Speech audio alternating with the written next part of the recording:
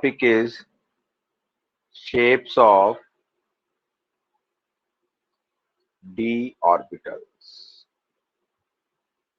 जैसा कि आप जानते हो L की वैल्यू 2 हो जाएगी, तो there would be two nodal planes. I told you that nodal planes are also called spherical or angular nodes. Spherical or angular nodes. So if L is equal to 2, then M is equal to -2, -1, 0, +1 and +2. So there are 5 possible orientations.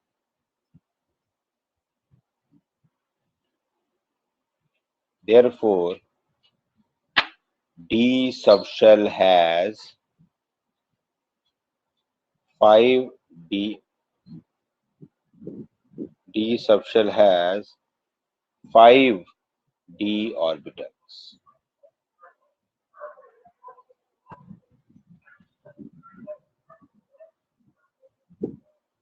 The orbitals are named as, first one है dxy.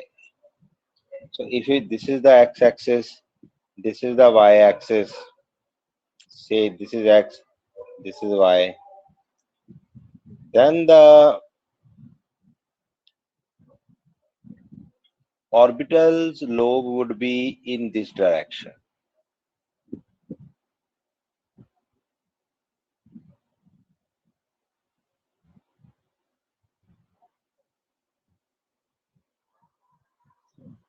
तो इस shape को हम कहते हैं double dumbbell shape.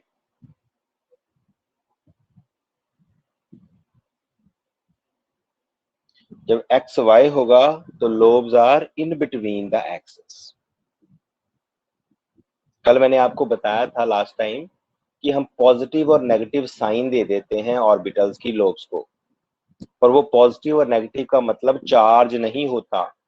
उस positive और negative का मतलब है साइन ऑफ वेव. तो डी ऑर्बिटल के केस में जो पॉजिटिव नेगेटिव साइन आते हैं वो कैसे आते हैं? यहाँ पॉजिटिव है तो इसके ऑपोजिट पे पॉजिटिव, यहाँ नेगेटिव है तो यहाँ पे नेगेटिव. ये याद रखने वाली बात है क्योंकि जब हम केमिकल बॉन्डिंग करेंगे तो वहां पे ये यूज होनी है. तो आपने याद रखना है कि पी ऑर्बिटल्स के तो 2 लोब्स होते थे, एक पॉजिटिव एक नेगेटिव कर दिया, और वो पॉजिटिव और नेगेटिव चार्ज नहीं है क्योंकि है तो सारा इलेक्ट्रॉन, इलेक्ट्रॉन तो नेगेटिव होता है, तो उसको चार्ज से कंफ्यूज नहीं करना है. यहां से पॉजिटिव और नेगेटिव का मतलब है crest and trough of the wave, positive sign of the wave and negative sign of the wave. That means it is in a graph, it is above that x-axis or below that x-axis, like that, and depending upon the angular part of the wave function we know. So accordingly हम d orbitals की shape को define कर सकते हैं. आप देख सकते हो यहाँ पे आपको नजर आ रहा होगा कि there are 2 lobes, there are 2 angular nodes in the orbitals. कैसे? Let me change a color and show you the difference. एक तो बेटे यहां होगा और दूसरा यहां होगा. तो हर d ऑर्बिटल में 2 नोडल प्लेन होंगे.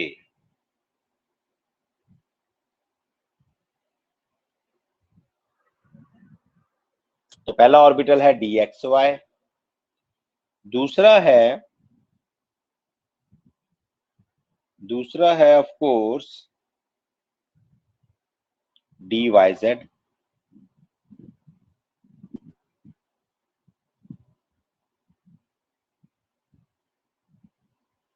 अब dyz बेटे xy के परपेंडिकुलर होगा, याद रखना. अगर ये y है ये x है तो z यहां होगा. तो मतलब ये हुआ कि ये x है ये y है ये z है. अगर मैं dz बनाऊंगा dyz बनाऊंगा तो वो इस प्लेन में होना चाहिए. जब dxy बनाया था तो वो इस प्लेन में था, और जब dxz बनाऊंगा तो वो इसके परपेंडिकुलर प्लेन में होगा. Are you getting my point ना? एक हॉरिजॉन्टल वर्टिकल प्लेन में है, एक स्लांट प्लेन में है, और एक हॉरिजॉन्टल प्लेन में। ओके, तो डी वाई जेड हम देख लेते हैं। बनाऊंगा मैं ऐसे ही, लेकिन ये याद रखना कि वो उसके परपेंडिकुलर होगा। तो डी वाई जेड में वाई और जेड के बीच में लोब्स हो जाएंगी, there is no issue. So we can have again lobes in the in between axis. तीसरा हमारे पास होगा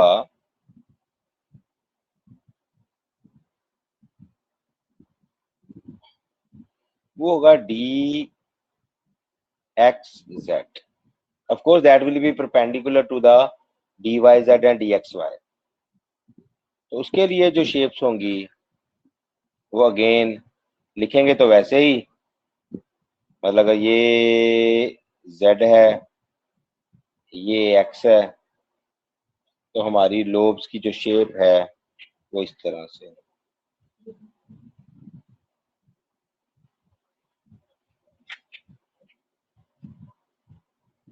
आगे जाके जब नेक्स्ट टाइम हम ये टॉपिक्स को स्टडी करेंगे तो ये याद रखना है कि these three orbitals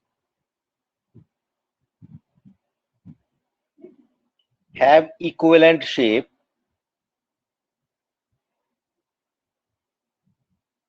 and lobes are oriented in between the axis। In orbitals को आगे जाके अभी मैं यहां बता देता हूं, पर यहां इनको T2G ऑर्बिटल्स कहते हैं। जब हम डी ऑर्बिटल्स के कॉम्प्लेक्सेस की बात करेंगे कि कैसे डी ऑर्बिटल्स बॉन्डिंग में पार्टिसिपेट करते हैं, तो उस टाइम पे ये तीनों ऑर्बिटल एक ही तरह बिहेव करते हैं, क्योंकि उनका बिहेवियर एक जैसा है। क्यों? क्योंकि उनकी शेप एक जैसी है, उनमें दो एंगुलर नोड भी हैं। तो ऐसे ऑर्बिटल्स को T2G ऑर्बिटल्स कहा जाता है।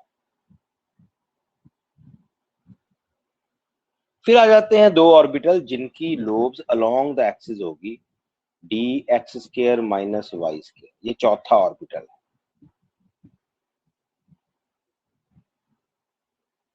D x square minus Y square. इसमें क्या होगा, अगर ये x है ये y है,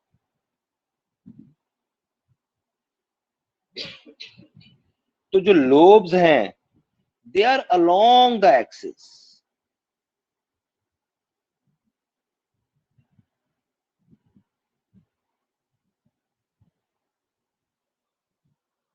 and this is the difference, क्योंकि जब मॉलिक्यूलर फॉर्मेशन होगी तो approach of the atom along x y z अगर होगा तो D x square minus Y square को इफेक्ट होगा, डी एक्स वाई को या डी वाई जेड को या डी एक्स जेड को इफेक्ट नहीं होगा।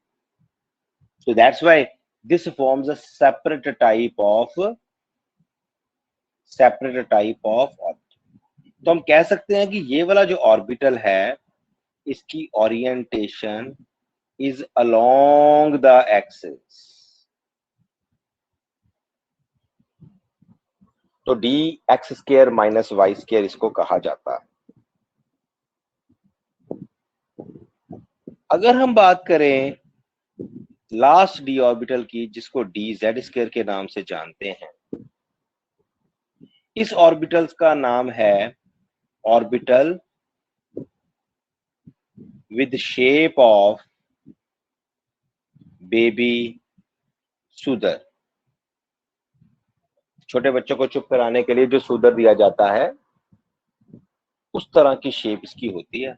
अच्छा, यहाँ पे भी बेटे positive positive negative and negative. Actually ये कहा जाता है कि डी जेड स्क्र ऑर्बिटल जो है ना, it is a combination of d x square minus y z square and d y square minus z square. ये थोड़ी हाई लेवल की बात है, पर इनको कंबाइन करने से बनता है। क्या मतलब कि जो लोब्स होती हैं उनकी डायरेक्शन अलोंग द एक्सिस ही रहेगी। तो उस वजह से होता क्या है, अगर ये जेड एक्सिस है और ये एक्स वाई प्लेन है, तो हमारा जो ऑर्बिटल होगा उसकी मेन लोब जो है वो जेड के लॉन्ग होगी।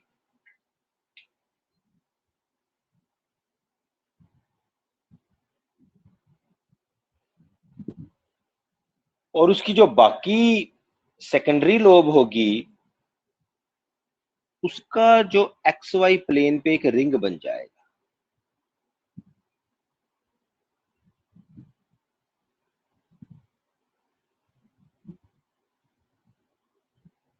Ring will be negative and positive. ये रिंग क्यों बना? क्योंकि x square along y square के अलोंग एक्स्ट्रा इलेक्ट्रॉन डेंसिटी आ गई थी, because z square is a combination of d x square, d z square, d y square, d z square. और आप देख सकते हो ये वैसी ही शेप हो गई जैसे छोटे बच्चों को देने वाला वो बेबी सुदर होता है। तो इसको हम बेबी सुदर ऑर्बिटल भी कहते हैं। इसकी भी orientation of lobe is along the direction. ये डायरेक्शन ऑफ ऑर्बिटल के अलोंग ही इनकी डायरेक्शन होती। अच्छा, ये जो d x square minus y square है और डी जेड स्क्वायर है, they form a separate group of orbital with lobes along the axis.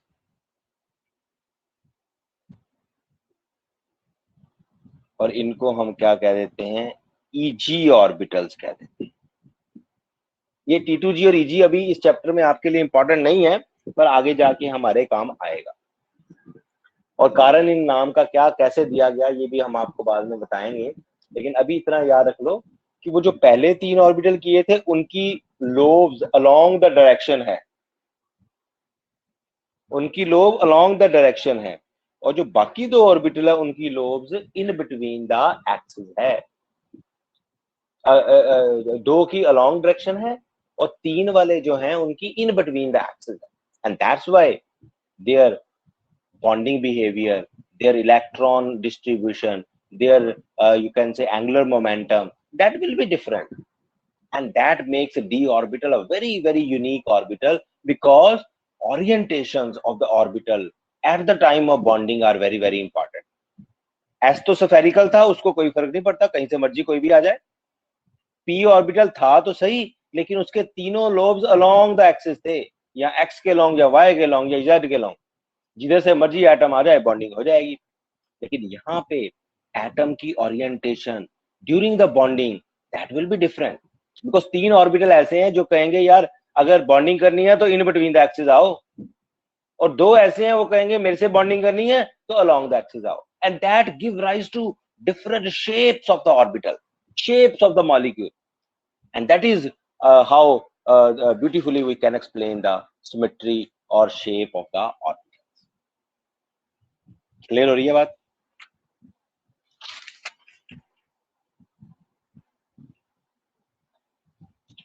Yes sir. इसके अगला बेटे ये शेप का काम कंप्लीट हो गया। एफ की ऑर्बिटल और कॉम्प्लिकेटेड होती है, पर वो हमारे सिलेबस में भी नहीं है, उसमें 3-3 लोब्स बन जाएंगी और वो हम तीनों कंसीडर कर लेंगे। आज अब हम करते हैं नया टॉपिक, वो है poly exclusion principle.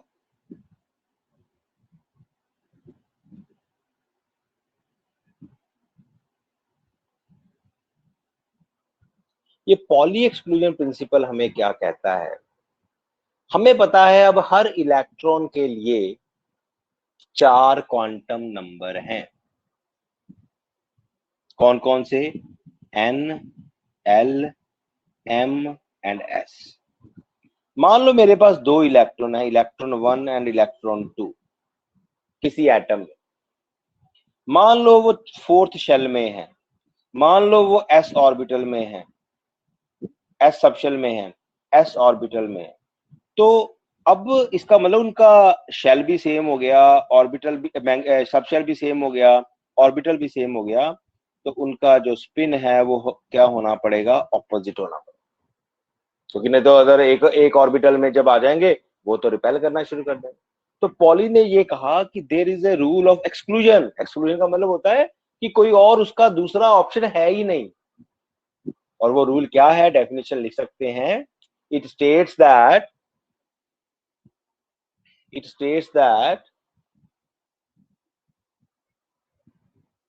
no two electrons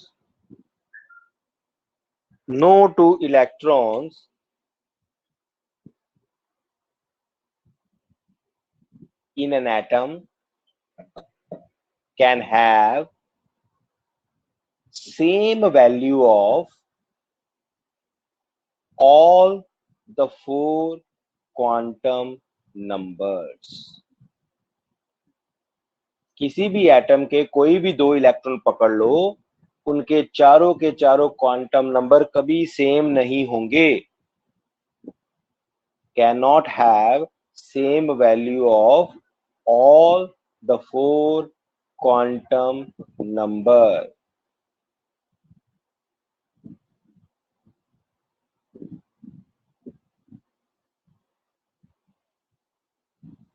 In other words, if there are two electrons in the same orbital,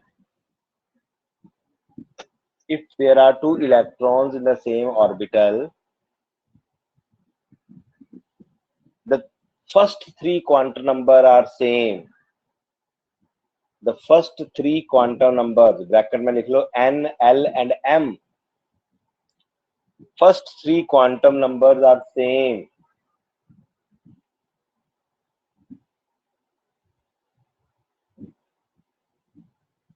but the fourth quantum number, that is the spin quantum number, would be different। but the fourth quantum number, that is the spin quantum number, would be different।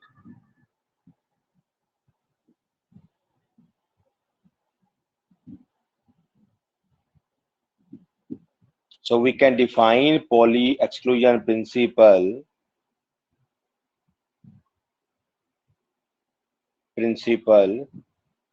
in another form,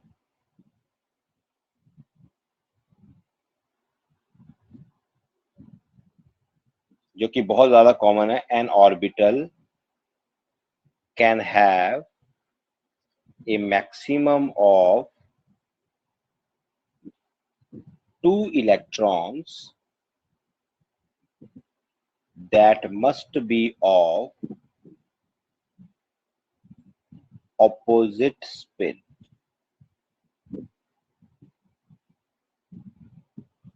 An orbital can have a maximum of two electrons that must be of opposite spin। क्योंकि पहले तीन ठीक same हो गए हैं, fourth one is different.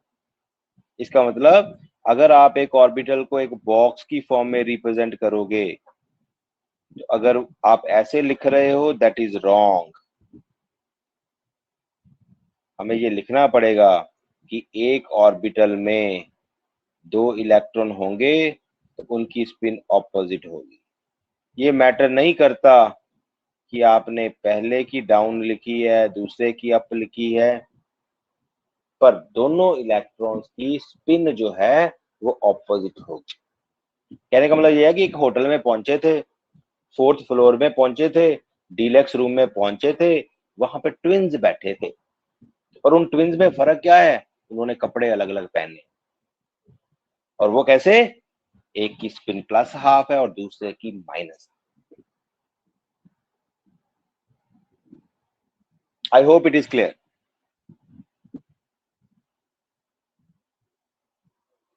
Yes, sir. So this is a very important, इसकी definition. और कई बार पेपर में क्वेश्चन आ जाता है कि why this rule is called exclusion principle. Exclusion का मतलब क्या होता है कि when we are having a number of combination, all other combination will be ruled out, only one combination will be exclusively followed। because कभी भी ऐसा नहीं होगा कि किसी ऑर्बिटल, किसी इलेक्ट्रॉन के चारों क्वांटम नंबर सेम हो जाए। उसका शेल सेम, अगर आप स्पिन सेम करना चाहते हो तो आप क्या कहोगे, उसका शेल सेम कर दो, सबशेल सेम कर दो, स्पिन सेम कर दो, तो ऑर्बिटल डिफरेंट करना पड़ेगा।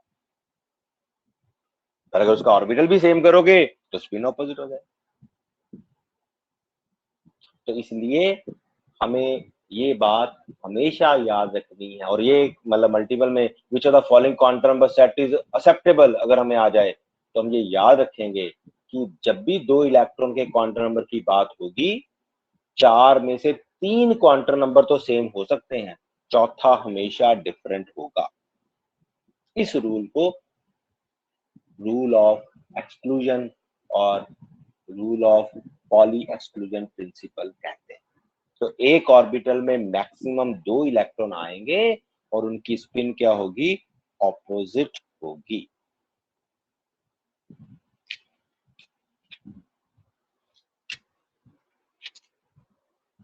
सेकंड बेटे हमारे पास जो प्रिंसिपल हमें यूज करना है, क्योंकि हमें इलेक्ट्रॉनिक कॉन्फ़िगरेशन कल को डिसाइड करनी है, और उसको हम कहते हैं अहबूज प्रिंसिपल।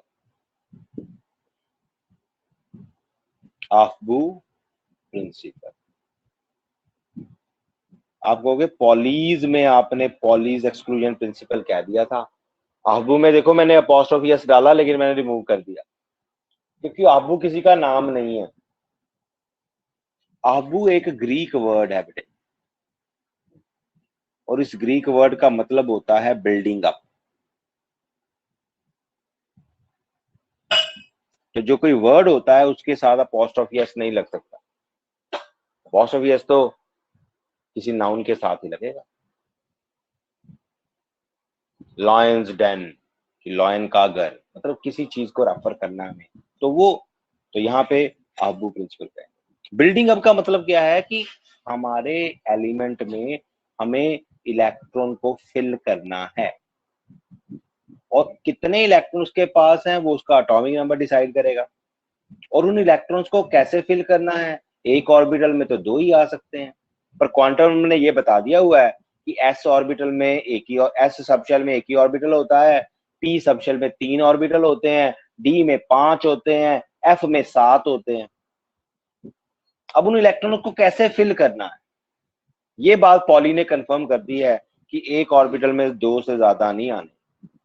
इसका मतलब अगर पी सबशेल की बात करूं, उसमें 3 ऑर्बिटल हैं तो पी में मैक्सिमम 6 आ सकते हैं।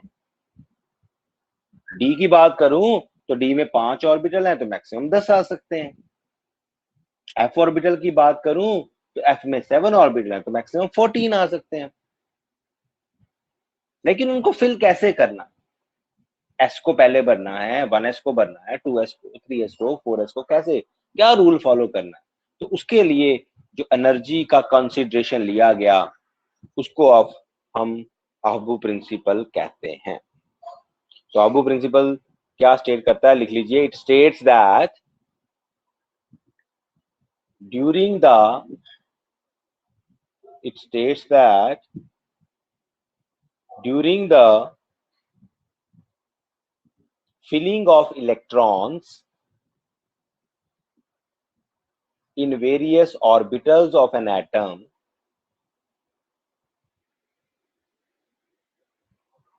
in various orbitals of an atom,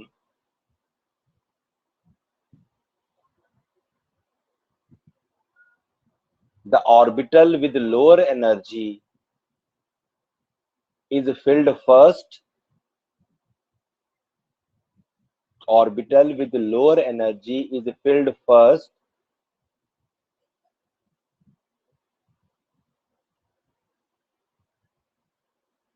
followed by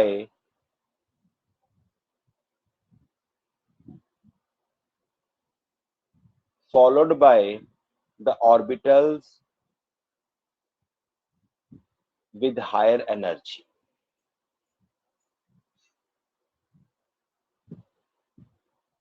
So based on energy of the orbitals,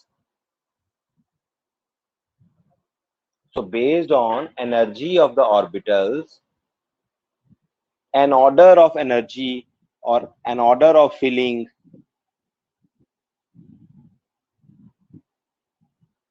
orbitals can be followed.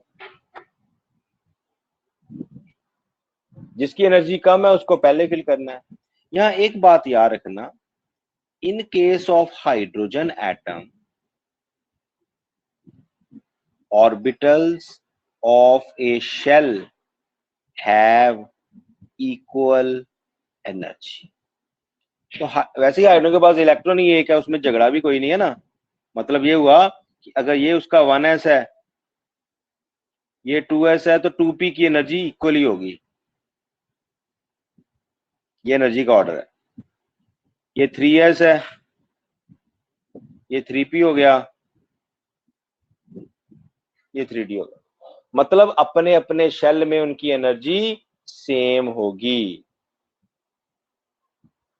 तो वहां कोई झगड़ा नहीं है, एस को क्या पी के पास गया क्या गया, इसलिए ओरिएंटेशन का फर्क नहीं पड़ता, इसलिए स्पेक्ट्रल लाइंस में नॉर्मल बिहेवियर आता है। लेकिन for multi electron elements,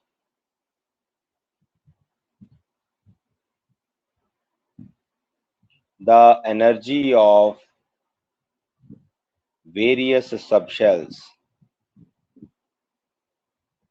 is different. उनमें क्या होता है, मान लो ये 1s है, ये 2s है ना, तो 2p थोड़ा सा ज्यादा होगा इससे। ये 3s है, 3s थोड़ा सा, 3p थोड़ा सा ज्यादा होगा, और 3d थोड़ा और ज्यादा होगा,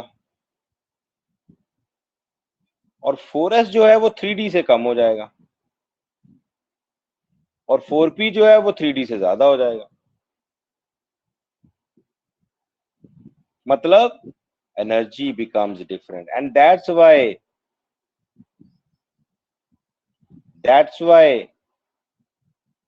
the shape, the filling of orbital is followed in a different pattern. तो 4s की एनर्जी 3d से कम होती है,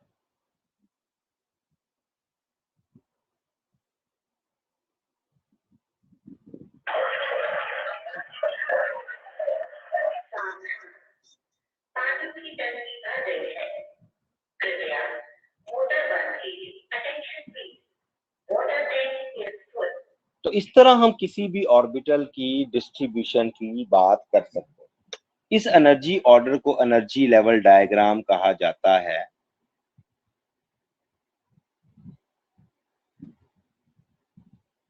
हालांकि आपके सिलेबस में शायद इसकी बात ना की हो, बुक में शायद दिया हो। ये याद रख लेना कि हाइड्रोजन के केस में अपने अपने शेल के ऑर्बिटल्स में कोई फर्क नहीं होता। थर्ड शेल का 3s और 3p एक ही है, लेकिन मल्टी इलेक्ट्रॉन में थर्ड शेल का 3p 3d से ज्यादा, 3s से ज्यादा होगा। और उस डिस्ट्रीब्यूशन ऑफ एनर्जी को अहबू प्रिंसिपल के नाम से जाना जाता है।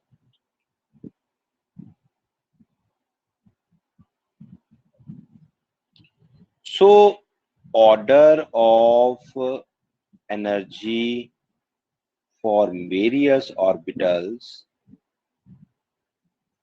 can be summarized as follows. कैसे पता लगेगा?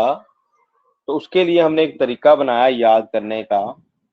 आप 1s लिख लो, 2s और 2p लिख लो, 3s, 3p और 3d लिख लो,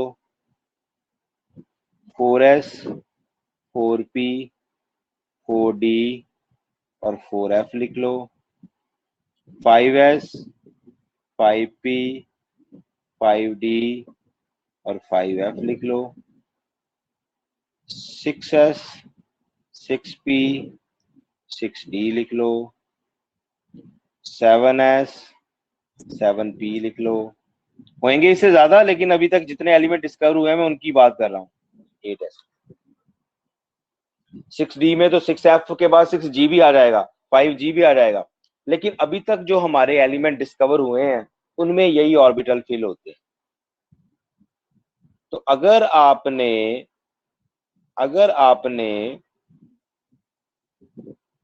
ऑर्डर ऑफ फिलिंग पढ़ना है तो स्लांटिंग लाइंस ड्रॉ कर लो।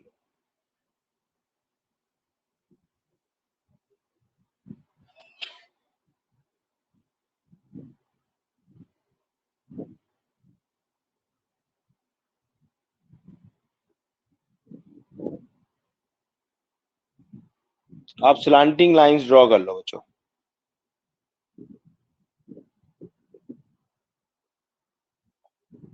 और अप टू लो एरो के हिसाब से चलते जाओ।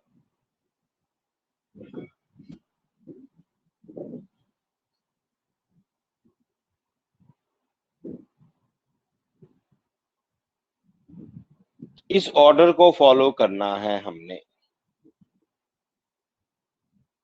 ये एक तरीका है लर्न करने का, और कॉम्पिटिटिव एग्जाम में जाते ही पहले क्या करना है, आपको जब पेपर मिला होता है तो उसका बैक वाली साइड रफ ही होती है, और क्योंकि वो कहते हैं कि सील अभी खोलनी नहीं है पेपर की, तो लास्ट में फटाफट से ये बना छोड़ो, क्योंकि एक आध टॉपिक से उसका सवाल तो आएगा ही, हमारा तब टाइम बच जाए।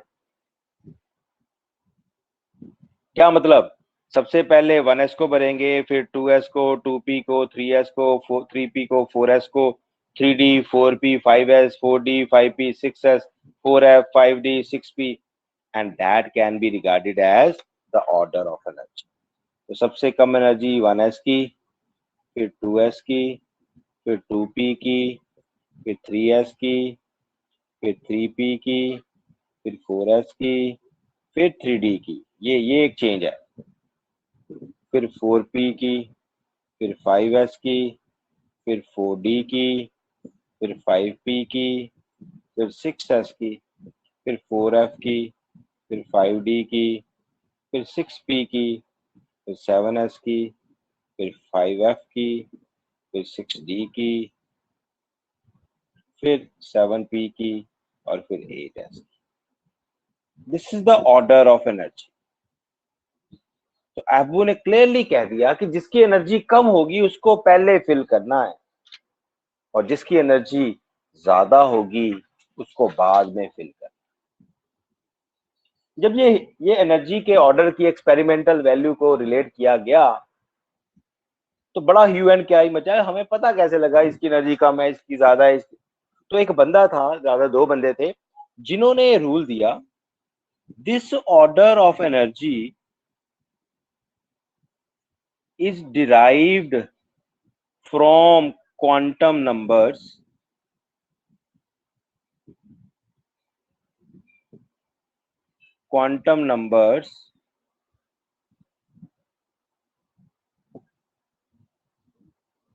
by applying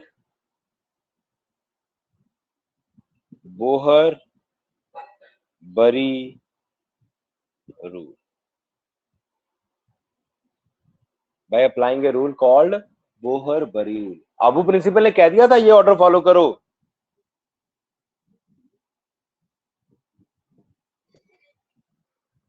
लेकिन ये एनर्जी किसके ऊपर बेस्ड है उसको बोहर-बरी रूल कहते हैं। अकॉर्डिंग टू दिस रूल, दो पॉइंट थे इस रूल के।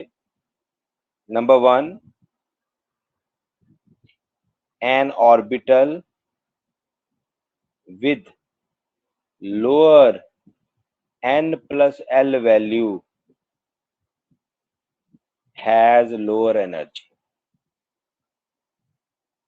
अगर आपके पास सारे ऑर्बिटल्स हों और जिसकी n+l वैल्यू कम होगी उसकी एनर्जी कम होगी। So an orbital with lower n+l value will have lower energy. Second point, if two orbitals are having equal n+l value,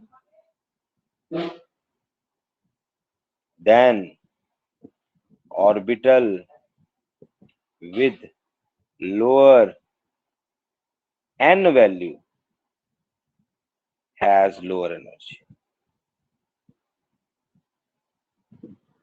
ये दो बड़े इंपॉर्टेंट पॉइंट उसने बताए कि श्रोडिंगर वेव इक्वेशन की हेल्प से ही हम ये पता कर सकते हैं कि हमारे मॉलिक्यूल में कितने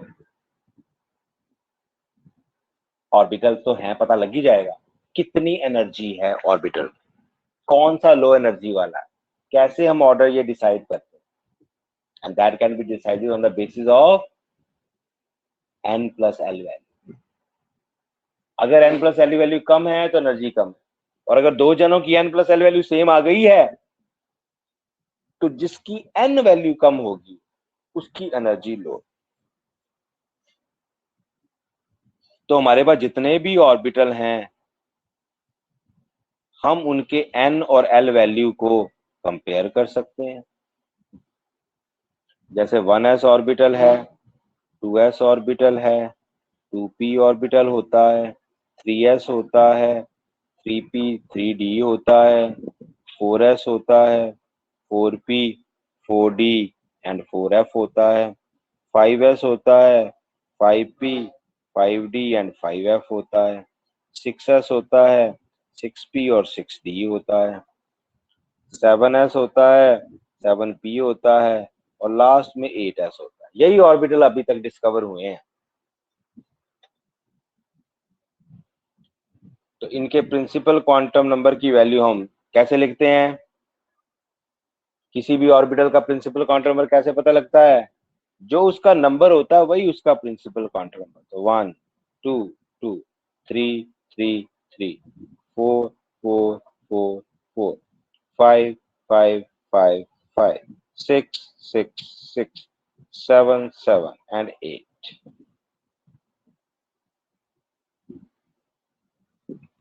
एल की वैल्यू कैसे लिखते हैं? Nature of orbital.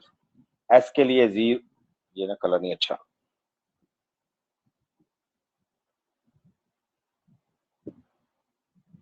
एस के लिए 0, एस के लिए 0, पी के लिए 1 0 1 2 0 1 2 3 0 1 2 3 0 1 2 0 1 0। एंड n प्लस एल की वैल्यू निकाल सकते हैं। 1 plus 0 equal to 1, 2 plus 0 equal to 2, 2 plus 1 equal to 3, 3 plus 0 equal to 3, 3 plus 1 equal to 4, 3 plus 2 equal to 5, 4 plus 0 equal to 4, 4 plus 1 equal to 5, 4 plus 2 equal to 6, 4 plus 3 equal to 7, 5 plus 0 equal to 5, 5 plus 1 equal to 6, 5 plus 2 equal to 7, 5 plus 3 equal to 8, 6 plus 0 equal to 6, 6 plus 1 equal to 7, 6 plus 2 equal to 8, 7 plus 0 equal to 7, 7 plus 1 equal to 7, 8 plus 0 equal to 8। समझ में आ रहा है?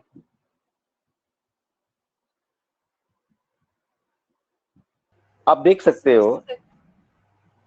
हाँ जी, sir 7p में 8 नहीं आनी value n plus l की? क्या क्या? सर 7p ऑर्बिटल में n हाँ प्लस जी, l की 8, वैल्यू हाँ 8। 8 होगी, 8 होगी, ठीक है। 7 प्लस 1 इक्वल टू 8 होगी। ओके, तो हमें यहां से पता लग गया यार, सबसे पहले 1s भरो, फिर 2s भरो। अब यहाँ पंगा पड़ा, n प्लस एल इक्वल हो गए हैं। क्या कहा था रूल ने? जिसकी n वैल्यू कम होगी उसको फिल करना। तो 2p को पहले फिल कर देना, फिर 3s को फिल कर देना। फिर आई वैल्यू 3p की, वो 4 है, और 4s की भी 4 है, तो पहले किसको फिल करेंगे? इसको, क्योंकि इसका n 3 है। फिर बात आई 3d की और 4s की, 4s को पहले फिल कर लिया। अब बात आई 3d की और 4p की, तो 3d को पहले फिल करेंगे क्योंकि 3 कम है। तो उसको ध्यान में रखते हुए आप किसी भी ऑर्बिटल की शेप और उसकी अरेंजमेंट के बारे में बात कर सकते हो। इस रूल को हम बोहर बरी रूल कहते हैं। क्लियर हो गया आई थिंक? कि ये जो ऑर्डर आया है हमारा, जिसको याद करने का ये तरीका था, ऑर्डर ये आया था, याद करने का तरीका ये था, आया कैसे है इसके बेसिस भी पता लग गया, एनर्जी ऑर्डर भी पता लग गया। तो दो रूल हमने कर लिए। पॉली रूल कहता था एक ऑर्बिटल में 2 इलेक्ट्रॉन आएंगे, और अबू प्रिंसिपल कहता था कि जिसको पहले भरना है उसकी एनर्जी कम होनी चाहिए। थर्ड आता है हंस rule of maximum multiplicity.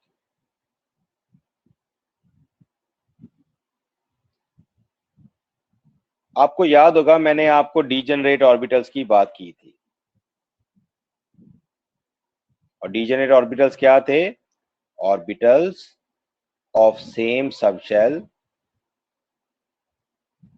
Having same energy. अगर उनकी एनर्जी सेम है तो किसको पहले फिल करना है ये डाउट रहता था। जैसे पी सबशेल की अगर मैं बात करूं तो पी सबशेल में 3 ऑर्बिटल होते हैं, तीनों की एनर्जी इक्वल है। डी सबशेल में 5 ऑर्बिटल होते हैं, उनकी एनर्जी इक्वल है। एफ सबशेल में 7 ऑर्बिटल होते हैं, उनकी एनर्जी इक्वल होती है। तो जिन ऑर्बिटल्स की एनर्जी इक्वल होती है और वो एक ही सबशेल का हिस्सा है, उनको डीजेनरेट ऑर्बिटल कहते हैं। तो हंस रूल ने हमें ये बताया कि हमने ऐसे ऑर्बिटल्स को कैसे फिल करना है। तो you may write according to this rule, pairing of electrons, according to this rule, pairing of electron in degenerate orbitals does not take place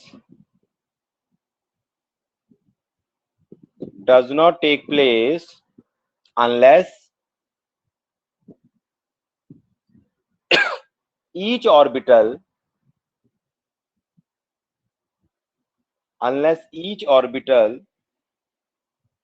of that set is singly occupied. Pairing of electrons in the degenerate orbital does not take place unless each orbital of that set is singly occupied. For example, if we want to fill 4 electrons in p orbital, p subshell, अब मेरे को पता है कि p subshell में तो 3 orbital होते हैं जी, और मेरा हंस रूल क्या कहता है कि तब तक पेयरिंग ना करना जब तक तीनों को एक एक इलेक्ट्रॉन ना मिल जाए।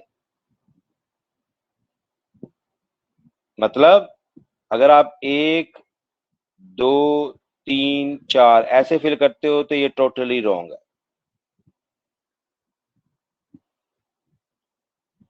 आपने फिल कैसे करना है? 1 2 3, तीनों को एक एक मिल गया और फिर चौथे की पेयरिंग कर, ये राइट। समझ में आ रही है मेरी बात? Yes sir. अगर मान लो एक ऑर्बिटल में आपने 2 इलेक्ट्रॉन फिल करने हैं, तो ऐसे कर दोगे तो रॉन्ग है, ऐसे करोगे तो राइट है।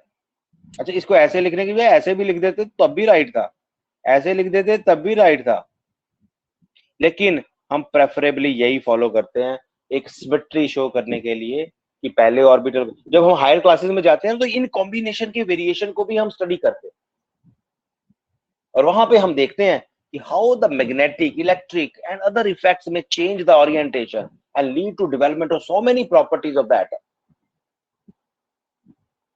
ग्रेजुएशन में, पोस्ट ग्रेजुएशन जब केमिस्ट्री में कोई करता है तो उसमें ये बातें बताई जाती है। लेकिन अभी आपने सिर्फ ये याद रखना है कि एक ऑर्बिटल में 2 इलेक्ट्रॉन फिल किए जाएंगे अगर, तो उनको डीजनरेट सेट में ऐसे फिल करना है जब तक डीजनरेट सेट, मान लो D4 है तो आपको पता है तो 1 2 3 4 राइट है। अगर आप ऐसे लिख दोगे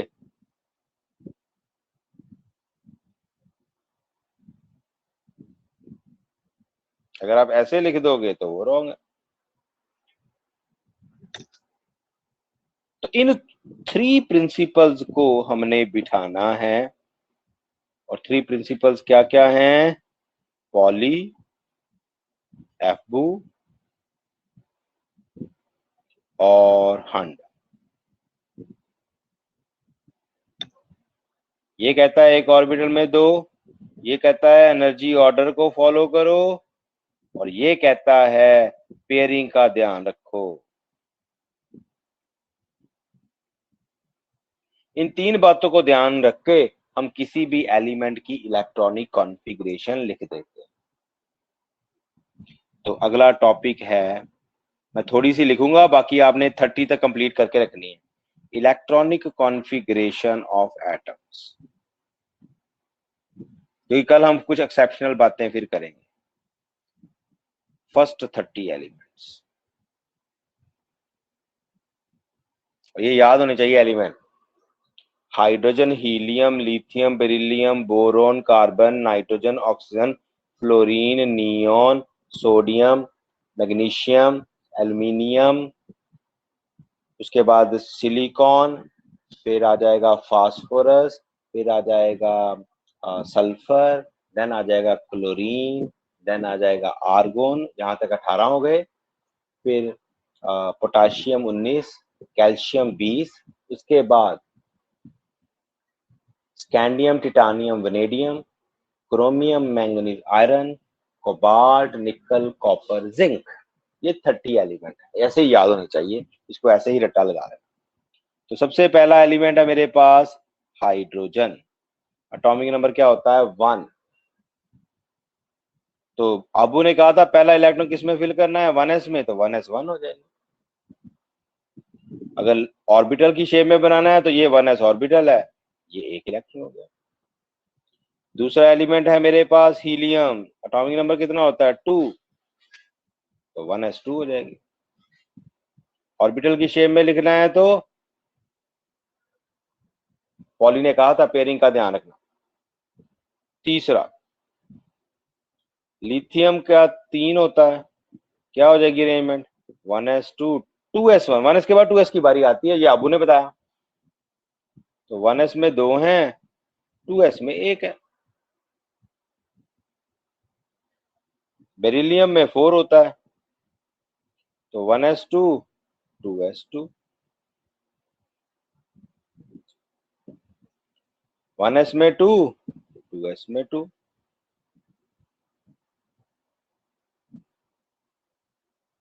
बोरोन 5 होता है, तो 1s 2s, अब 2p में 1 आ गया आगे, तो ये याद रखना, इसको 2, इसको 2 और p के 3 बना लेना।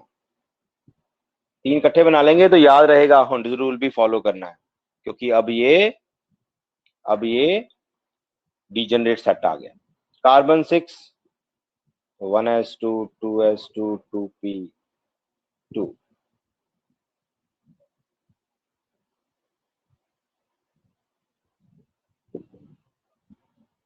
नाइट्रोजन,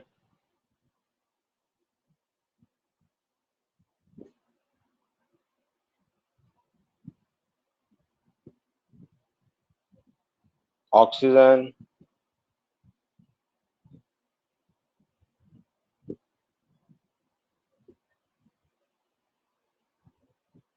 अब देखो ऑक्सीजन में आगे पेयरिंग करवाई है मैंने क्योंकि P4 हो गया। फ्लोरीन,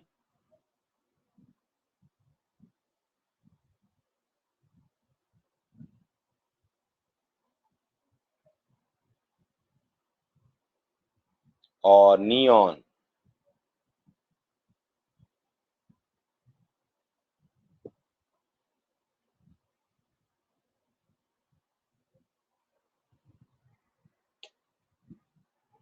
यहां तक हमारे पास 10 तक मैंने लिख दी है।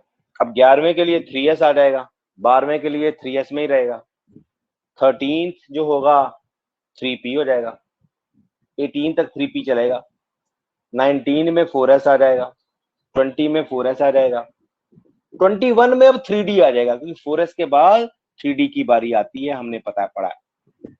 तो जब d का बनाओगे तो 5d बना लेना और एक एक करके फिल करते जाना, जिंक में D10 हो जाएगा।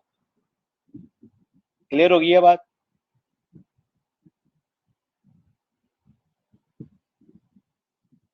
तो ये कॉन्फ़िगरेशन Yes. आपने कंप्लीट करनी है। जितना भी काम आज किया है मैंने, ये मैं बोर्ड शेयर कर रहा हूँ, आपके पास पहुंच जाएगा। कुछ मिस हो गया, you can see study material वाला जो कॉलम होता है ना ऐप में, वहां पे ऑटोमेटिकली ये अपलोड हो जाता है। जितना मैंने बोर्ड पे लिखा, ये आज 10 पेज थे टोटल मेरे। तो ये आपका अगर कुछ मिस हुआ होगा तो you can check out, and accordingly